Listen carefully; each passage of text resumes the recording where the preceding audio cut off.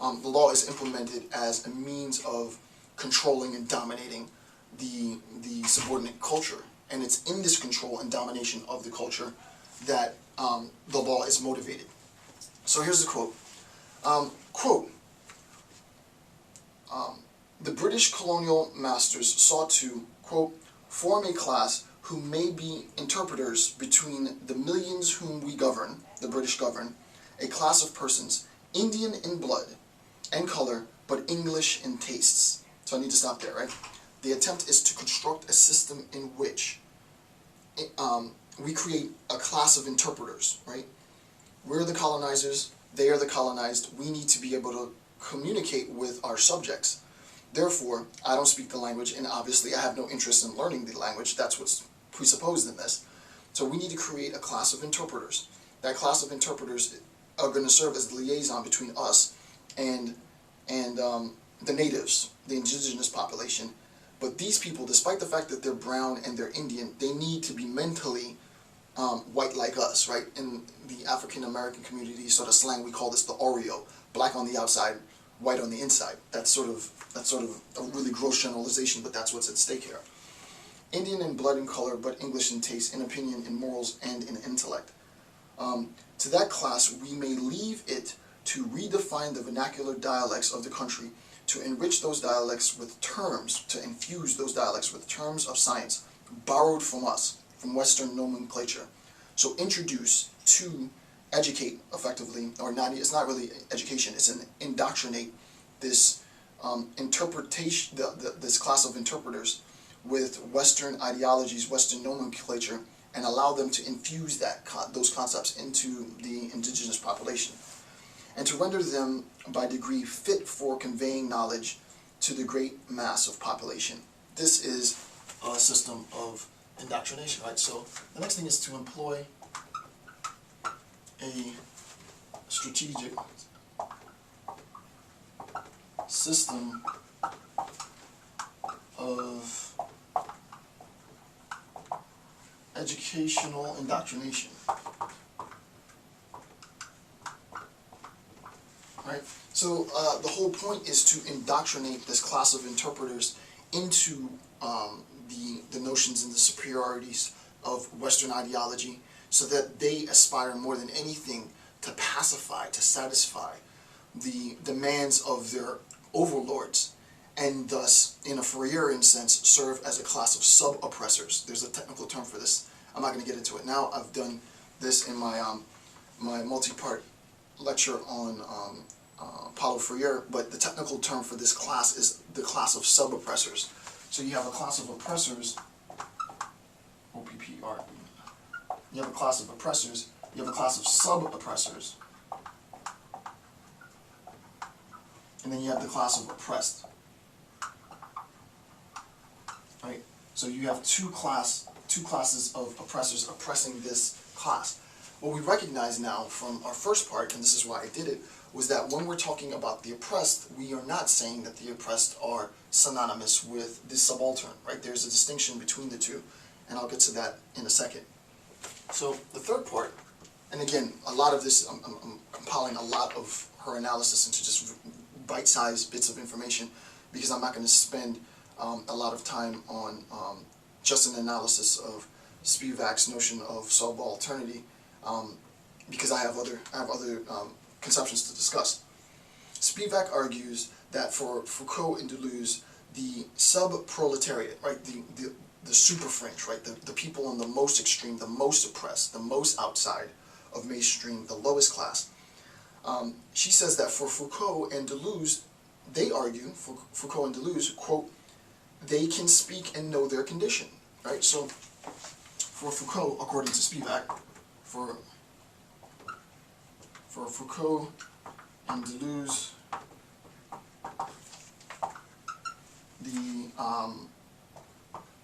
sub-proletariat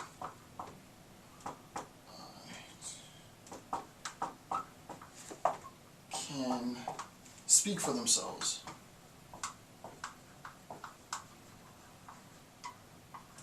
Right? They can speak for themselves.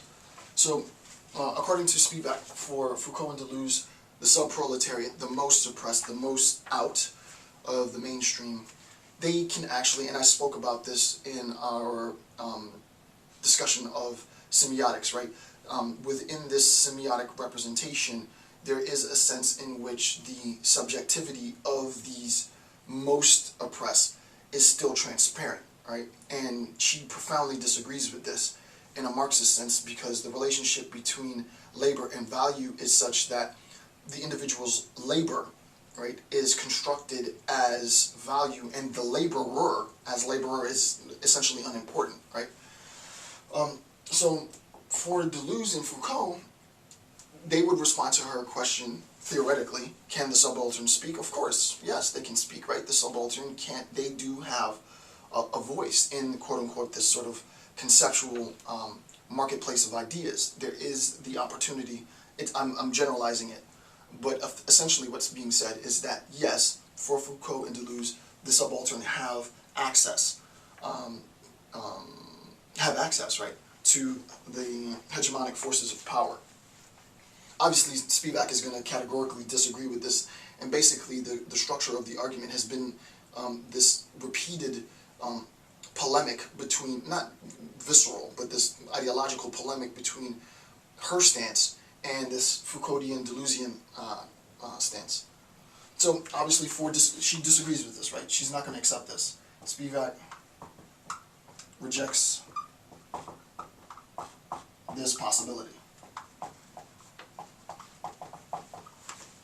Up until this point, though, all we've gotten from Spivak, in fairness to Foucault and Deleuze, all we've gotten at this point in the analysis, and we're pretty deep into the analysis now, we're past midpoint, is the theoretical structure of subject orientation in a French post-structuralist sense, and then a response to that in a Marxist sense as a consequence of class consciousness. We haven't gotten a specific example yet, so what she needs to do in order to justify her rejection of Foucault and Deleuze is to give us a concrete example in which the subaltern population does not have a voice, right? So we need an example in which here is an instance where I can demonstrate that there hasn't been a recognition of the voice of the subaltern. Insofar as I've given that as an example, I've demonstrated that this is, that claim is false. So that's what we're about to start looking at. Page 80, read and explain. Okay, so let's turn to page 80 and read. Okay, so here's what she writes specifically. Quote, for the true subaltern group whose identity is its difference, there is no unrepresentable subaltern subject that can know and speak itself. There is no unrepresentable subaltern subject that can know and speak itself. The intellectual solution is not to abstain from representation, and we talked about this idea of representation, this twofold idea of representation. The problem is that the subject's itinerary has not been traced.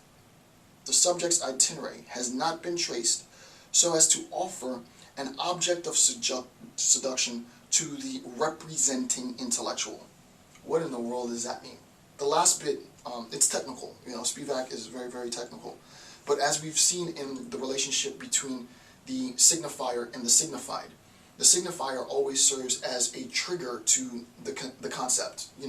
If you call it the sound pattern and the concept, if you call it the signifier and the signified, the signifier serves as a trigger to the conceptual.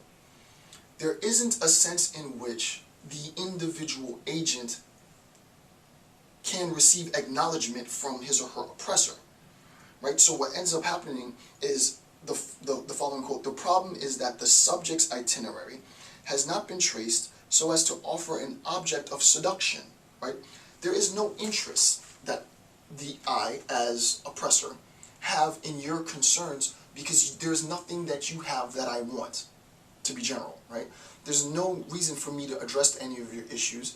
There's no reason for me to even acknowledge your existence, because there is nothing in you that really is of any value to me, right?